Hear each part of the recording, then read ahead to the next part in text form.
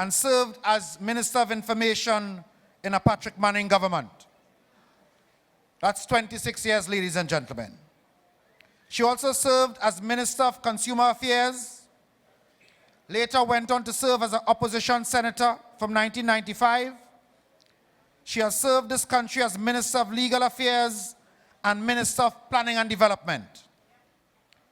By now I know, and you know, that we are referring to someone who served as High Commissioner to Canada and has also served as leader of the opposition in the Senate and a former member of Parliament for the constituency then known as Arouca Maloney, Arouca South. Well loved in the PNM circles and throughout Trinidad and Tobago as a powerful speaker and member of the PNM team. She is currently chairman of the PNM Women's League and lady vice chairman of the PNM, leader of government business in the House, and the current Minister of Planning and Development. Join us as we welcome to the podium the Honorable Camille Robinson Regis.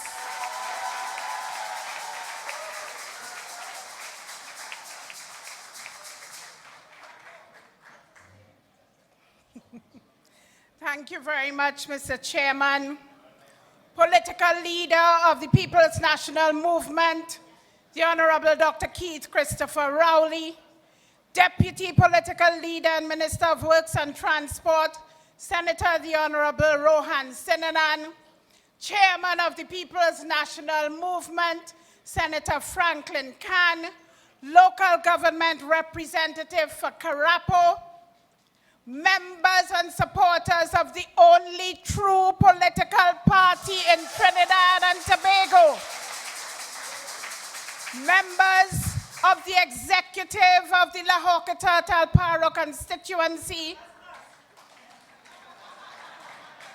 ladies and gentlemen listening to us on the airwaves. Thank you very much for being here.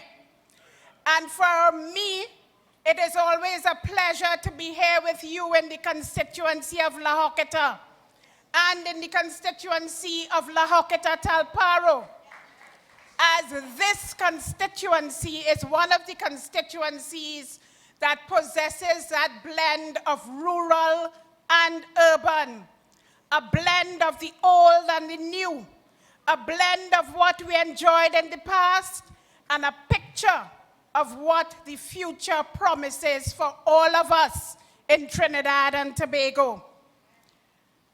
Political leader, as I was coming here to La Horquetta tonight, I couldn't help but reflect on some of the street names in this beautiful part of Trinidad and Tobago.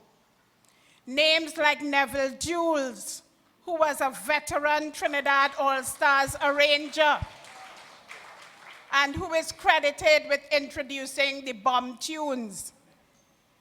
Names like Kathleen Walker, or Kathleen Warner, Auntie K. Names like Sonny Ramadin, the world-famous West Indian cricketer. Even Hollis Liverpool is named here. But I have to confess that it was the name of Marjorie Padmore, after whom this street is named, that intrigued me the most. And it is perhaps more than coincidental that as we in the PNM begin this round of meetings, this round of keeping in touch with the people, this round of touching our citizens and telling you what we are doing in our country, that we should begin on Marjorie Padmore Street. I am certain I don't have to tell the residents of La Horquetta who Marjorie Padmore was. But because we are speaking to a national audience, I believe it is imperative for me to say that there is the connection between Trinidad and Tobago and Marjorie Padmore. Marjorie Padmore was one of the most patriotic Trinbagonians that ever lived. It was she who composed our national pledge. It was Marjorie Padmore who wrote that song, God Bless Our Nation.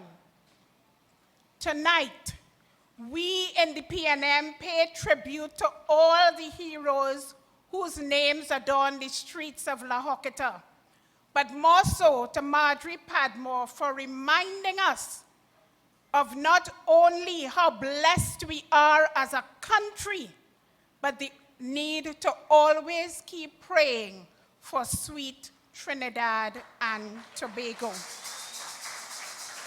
We have to pray for our country as we remember there is a woman who said that blood will run in our streets. We must not forget that. And that is why we must keep praying for Trinidad and Tobago. And we must keep praying for Trinidad and Tobago because that woman heads an opposition that will do any and everything to frustrate the work of the government that is the elected government of Trinidad and Tobago. We must keep praying for Trinidad and Tobago, and we must keep our eyes focused on the prize, and that prize is to rescue Trinidad and Tobago from a small minority that wants to make our country ungovernable, ladies and gentlemen. I also want to take this opportunity to pay tribute to another patriotic son of the soil, and that is your MP, Maxie Coffey. I want to tell you that even from his recovery bed, he was able to send us some thoughts. And I hope that persons like that want-to-be politician, Philip Edward Alexander, will take a page from Maxie's book. And political leader, chairman of the party, Maxie sent this for me to read to you tonight. La Horquetta Talparo, thanks for giving a warm welcome to the Prime Minister, Dr. Keith Christopher Rowley, and my cabinet and party colleagues. To all those who in September 2015 committed to riding with Maxie, this Maxie remains committed to traveling with God for the full distance. We won't allow anyone to run us off the road to a better life for the people of this constituency and this country. I truly wish I was present to convey this message in person, but soon come after God. In the meantime, please ignore other vehicles which may be driven by criminals seeking to ply their trade in your neighborhoods.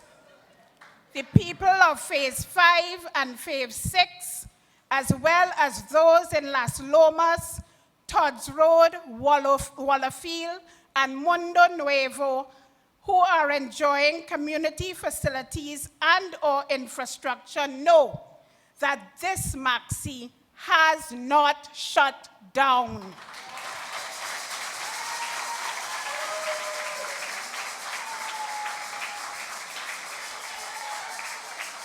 It is in your interest to ensure that with your continued prayers and support, your driver for your constituency gets the necessary rest and rehabilitation to complete the journey. You remain in my thoughts and prayers with fondest love, and may Almighty God bless you all. Maxie Coffey. Ladies and gentlemen, I spoke to Maxie yesterday, and today he sent this for me to read at this meeting. And I want to say to you tonight that Maxie has been a hardworking and dedicated MP. You are here in this constituency, and not only for you in La Horquetta, Talparo, but the entire constituency knows that Maxi is one of the most accessible MPs. I wonder if Krokro tried to call Maxi to tell him Merry Christmas. Anyway, like every other constituency in Trinidad and Tobago, there's still a lot of work to be done. But ladies and gentlemen, you here in this constituency know that your MP has been a persistent advocate on your behalf. And so, whether you are from Todd's Road, where the refurbished community center was reopened and lights recently turned on in the recreation ground, or you are one of those who travel from Tamana to Mundo Nuevo, where the roads have been resurfaced, thanks to the Minister of Works and Transport, or you pass through Brazil to Talparo, where all the street lights have been repaired, or in Las Lomas number 2, where the sod was recently turned for the construction of a new community center, or you are a member of Greenvale, where street lights were recently installed, or even from phase 6, right here in La Horquetta, where the lights on the recreation ground were turned on as well. You will realize, thank you, Helen, phase 4 recreation ground lights were also turned on. You will realize that you have one of the hardest working members of Parliament. But ladies and gentlemen, his greatest desire, as you well know, is to be back with you. And with God's grace and healing, he will be back in time for Easter.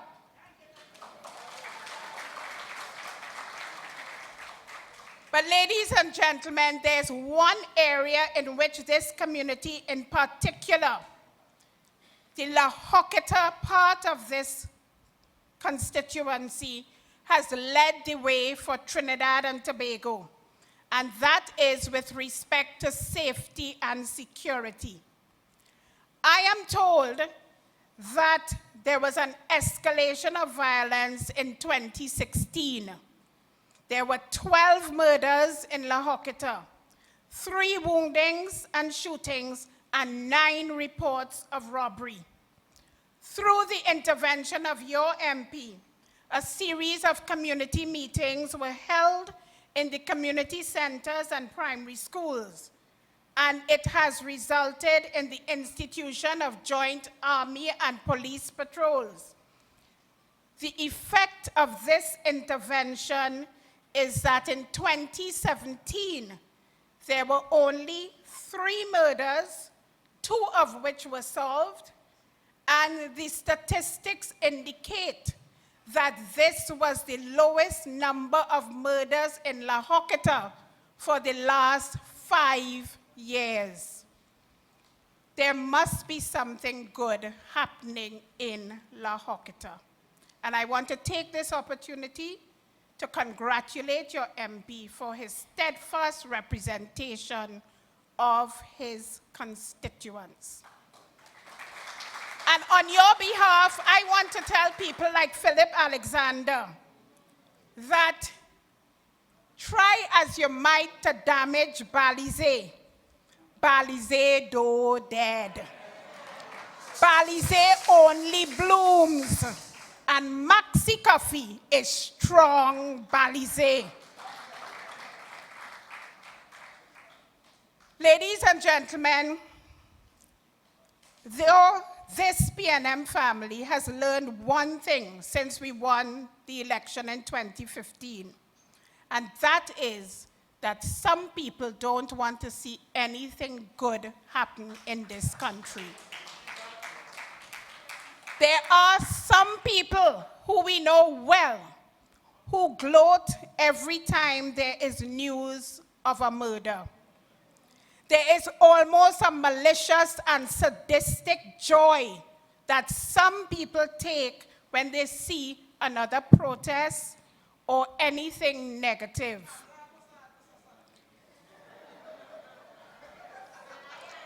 The protest last Monday, 3 health centers were forced to close down.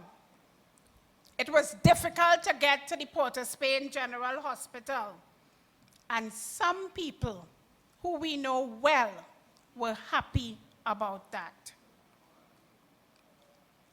I am here to tell you today that whereas we in the PNM care about every member of this country, there are those who don't care about you at all.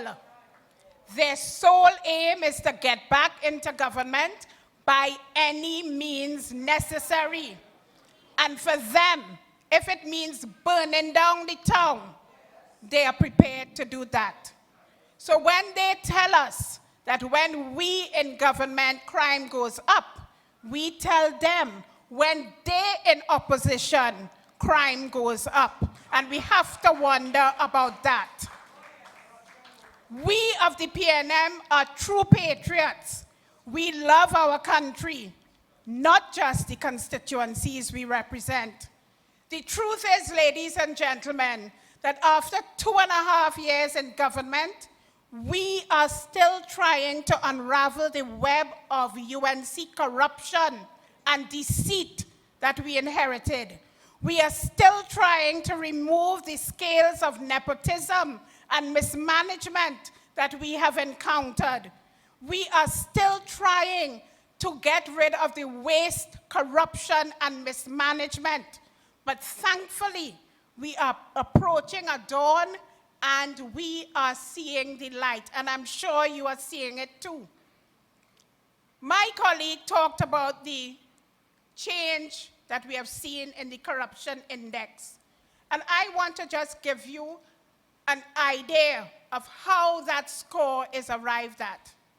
The score that we have seen, which is a score of 41 points, is the highest received by the country since 2012.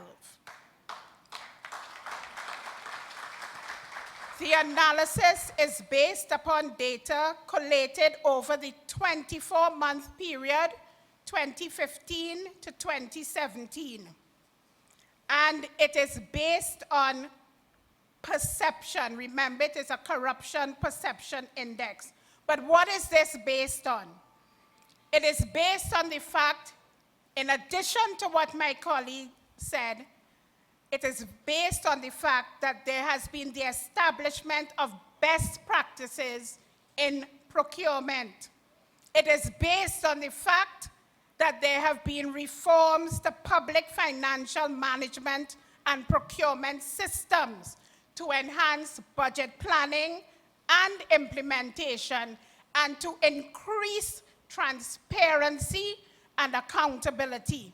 It is based on the fact that under the astute leadership of our Prime Minister, we have worked assiduously to eliminate waste, corruption, and mismanagement. It is based on the fact that we have a legislative agenda that has been dealing with anti-money laundering legislation, combating the financing of terrorism, the fact that there is the proposed revenue authority, and the fact that there will be the introduction of an independent National Statistical Institute. It is also based on the fact that we have passed the FATCA legislation.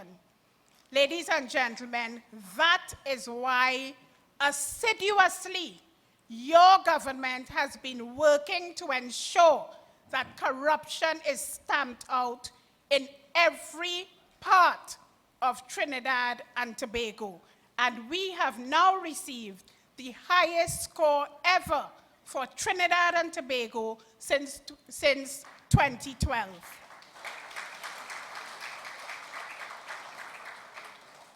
But I want to draw your attention to the tactics that are being introduced and employed by those who are in opposition to us in the parliament.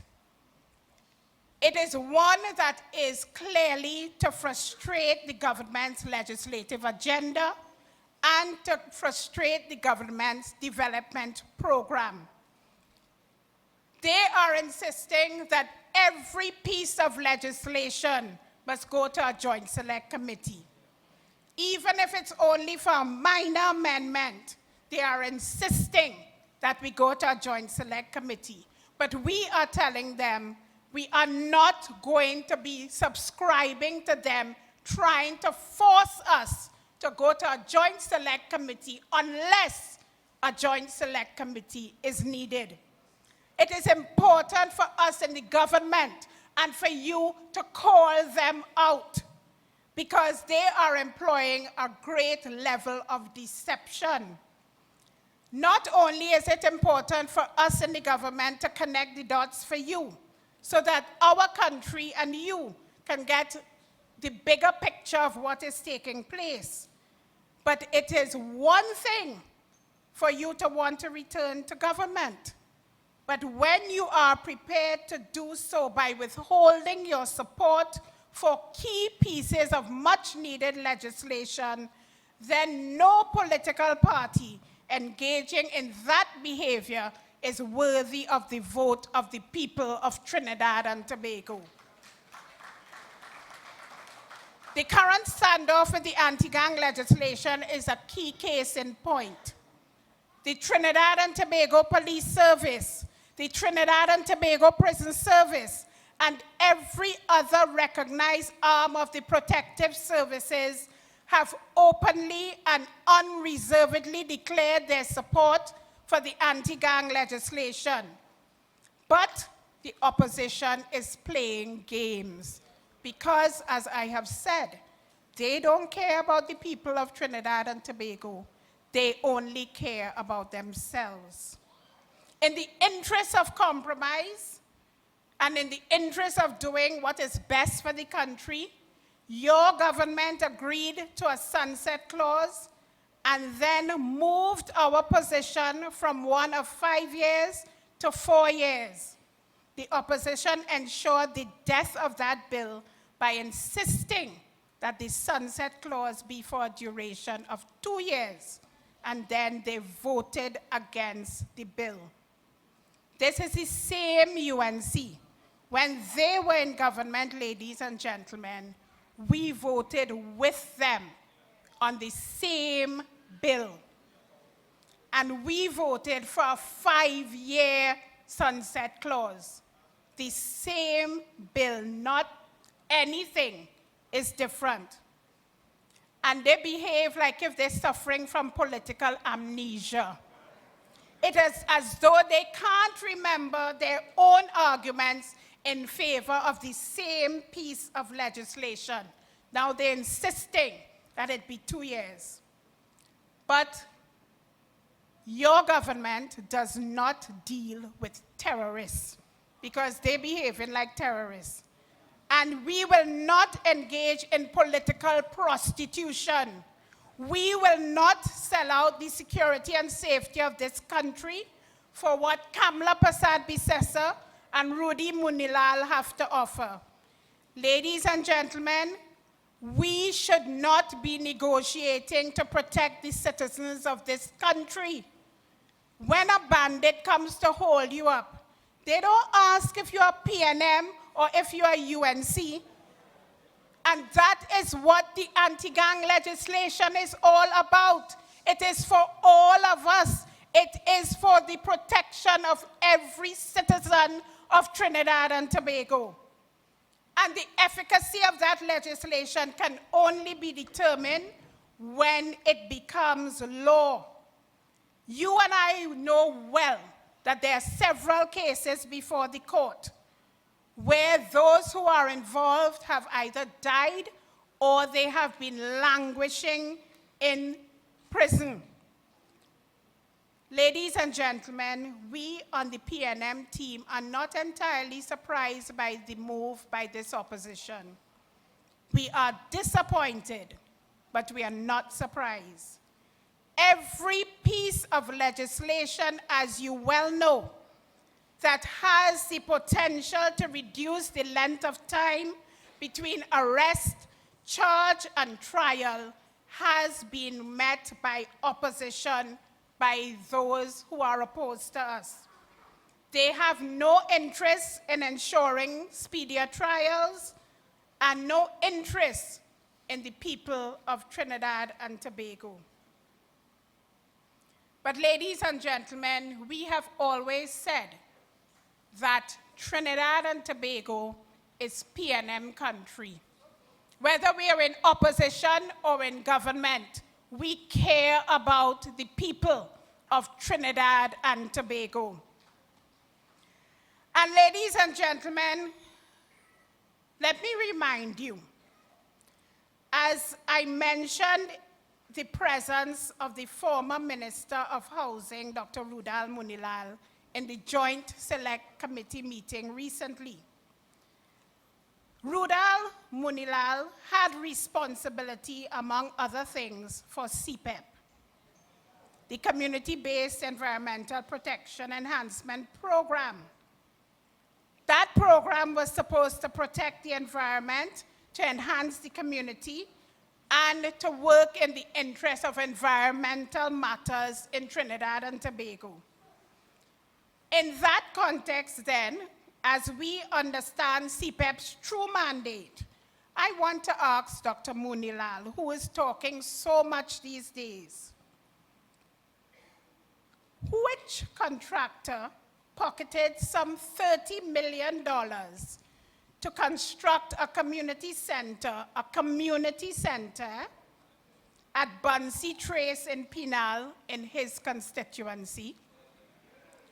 I would like him to tell the population which CPEP contractor who would have been initially recruited to do landscaping and environmental work had the technical and financial wherewithal to construct, I repeat, a community center in his constituency for $30 million. There's another question I want to ask Dr. Munilal. When did CPEP's mandate change from environmental enhancement to building box drains? So much so that almost $7 million was spent in Munilal's constituency alone on so-called box drains. Only last week, you would see that another contractor levied on CPEP for $2 million. Ladies and gentlemen, what is difficult for us is that Dr. Munilal and his friends in Parliament pretend to behave like Caesar's wife. They behave as though they are above reproach. They behave as though they can't remember what happened during 2010 to 2015. But I want to remind Dr. Munilal and his cohorts of two old-time sayings. Long rope for maga goat, and moon could run, but daylight will catch him. They will pay for their atrocities that they have committed against the people of Trinidad and Tobago. Neither Rudal Munilal nor Vasant Bharath, nor the other professional speaker and protester, Devant Maraj, have the moral authority to speak to this country about any matter, especially agriculture and farmers. I want to ask Rudal Vasant Bharath, who I remember lost his testicular fortitude to contest the leadership against Camille, if he lost his memory as well. What nonsense is Vasant Bharath talking about PNM building houses in St. Joseph as part of voter padding? I want to remind him, it's PNM who built houses from Toko to Point 14. It is the PNM who built houses from Couva to Mayaro, from Diamond Vale to Bonaccord, from La Horquetta to Bonaire, from Bonaire to Maloney. We built all those houses in Chaguanas and environs. We built houses in San Fernando across the highway. If we build houses for voter padding purposes, Vasan Bharat, then people like Ganga Singh, Fazal Karim, Botiwari, Rudy Indar Singh, and the whole lot of them should not be in Parliament today, because we should have the seats in those areas, because we have built houses in every part of Trinidad and Tobago.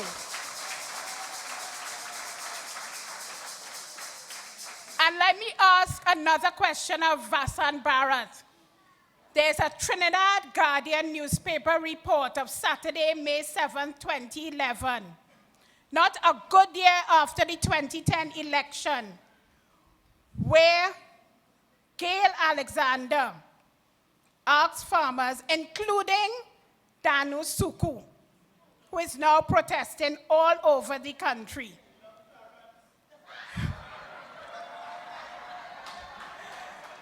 where the farmers agreed to halt their protests after they met with Munilal, Vasant, Prakash Ramadar.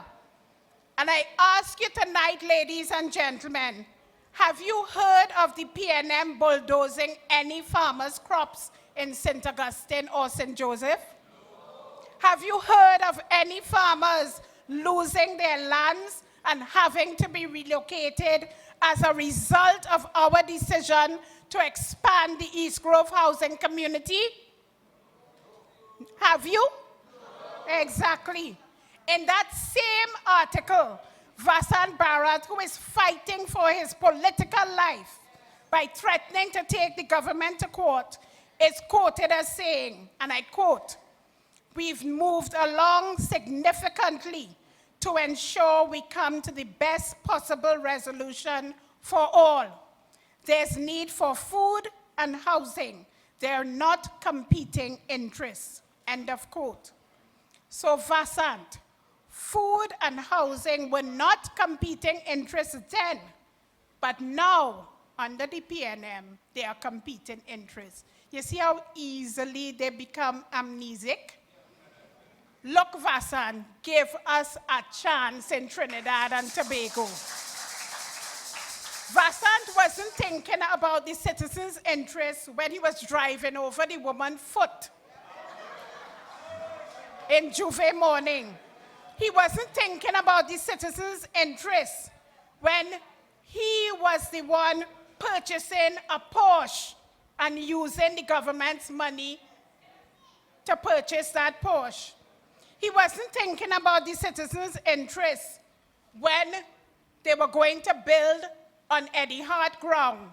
He wasn't thinking about the citizens' interests when they were giving the whole foreshore to one person. I want to tell Vasan Bharat tonight, it is the PNM who thinks about the citizens' interests. It is the PNM who knows agriculture in this country. I want to remind Vasan Bharat that it is the PNM that gave 22,000 acres of land in Kamuto and Wallafield, the largest land distribution of farmers in the history of Trinidad and Tobago. I want to remind Vasan Bharat that several thousand acres were distributed to farmers who are still there in Carlson Field. I want to remind Vasan Bharat that Trinidad and Tobago became self-sufficient in poultry production because of PNM policy. I want to remind Vasan Bharat that when Caroni was closing down, it is the PNM that ensured that all Caroni workers got land for farming and land for housing and money. So Vasan Bharat, give PNM a chance. Ladies and gentlemen, I want to end as I began. Let us, in our quiet moments, dig deeply and reflect on how our attitudes and behaviors are either helping or hurting our beloved country. I know that here in La Horquetta Talparo, through collaboration with your MP and through collaboration of us in the PNM, we are seeing the results of positive behaviors. And I urge you to continue. Perhaps we can begin each day, not only like the children in our schools, but each and every citizen could begin each day by reciting the National Pledge. I want to remind you that consistently our political leader quotes from the National Anthem. And I want to quote for you the National Pledge. I solemnly pledge to dedicate my life to the service of God and to my country. I will honor my parents, my teachers, my leaders and my elders, and those in authority. I will be clean and honest in all my thoughts, my words, and my deeds. I will strive in everything I do to work together with my fellow men of every creed and race for the greater happiness of all and for the honor and glory of my country. Let us remember our national pledge, ladies and gentlemen. And if we live out the words of our pledge every day, we will be able to sing with one voice, great is the PNM, great is the PNM, great is the PNM, and we shall prevail. Thank you. God bless you.